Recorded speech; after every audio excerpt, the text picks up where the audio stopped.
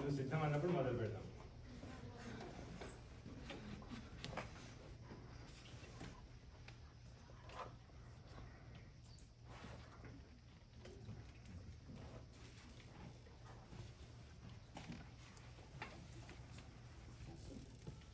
Okay.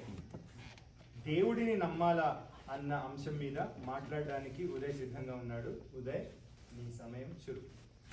దేవుడిని మనం నమ్మాలి, ఎందుకంటే దేవుడే మనకి ప్రపంచం మొత్తం ఇచ్చాడు. నీళ్లు ఇచ్చాడు, గడ్డి ఇచ్చాడు, చెట్లు ఇచ్చాడు, ప్రాణవాయువుని ఇచ్చాడు, మనం బ్రతకడానికి చర్మం కూడా ఇచ్చాడు. దేవుడు మొత్తం ప్రపంచం చేసినప్పుడు మబ్బుల్ని కూడా చేశాడు. ఓకే, ఏమైందమ్మా? మొత్తం ప్రపంచం అన్నాడు. ఏమన్నా?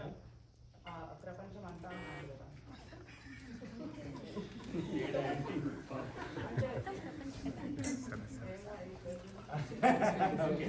ఇది కన్సిడర్ చేయట్లేదు. అబ్జెక్షన్ ఓవర్ మైనస్ మార్క్ వేయండి.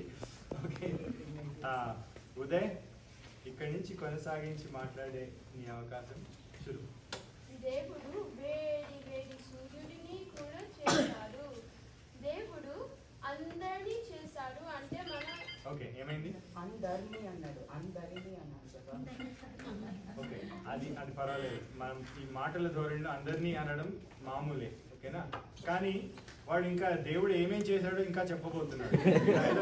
ప్రవచనకర్త లాగా చాగంటి కోటేశ్వరరావు గారు మాట్లాడారు, ఓకేనా? జాగ్రత్తగా వినండి, వాడు ఇంకేమేం చెప్పబోతున్నాడు. అర్థమైంది కదా మీ అందరికీ? క్లూ వచ్చిందా? ఓకే, ఇక్కడిని దేవుడిని నమ్మాలా అన్న అంశం మీద కొనసాగించి మాట్లాడే అవకాశం ఉదయ్, నీది శురు. దేవుడిని నమ్మాలంటే ముందు ఏం చేయాలంటే పూజ చేయాలి, ఎందుకంటే అప్పుడు దేవుడితో మన తలలోనే మాట్లాడవచ్చు. లేదా దేవుడు నిజం కాకపోతే అమ్మా నాన్నలని ఎలా చేశాడు? ఎందుకంటే అమ్మా నాన్నలు మనల్ని పోషిస్తారు. దేవుడు మన మన అన్నదమ్ముల్ని అక్క చెల్లెల్ని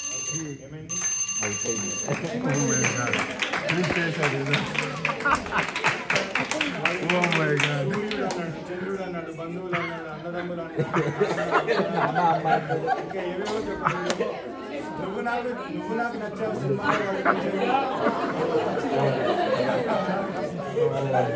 ఎవరు మొక్కలేదు, నిజం చేయాలి.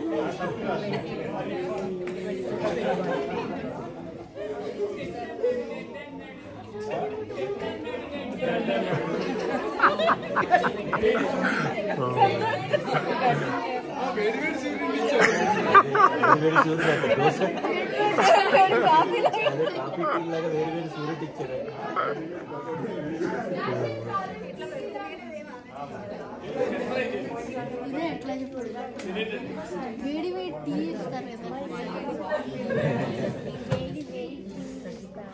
వేడి వేడి సూర్యుడు ఇచ్చాడు, చల్లటి చంద్రుడిని,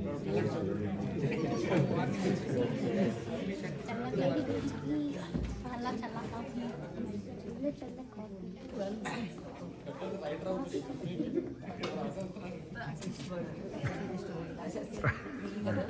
ఓకే, ఈ ఆట బాగా నచ్చిందా లేదా ఎవరైనా చెప్తారా?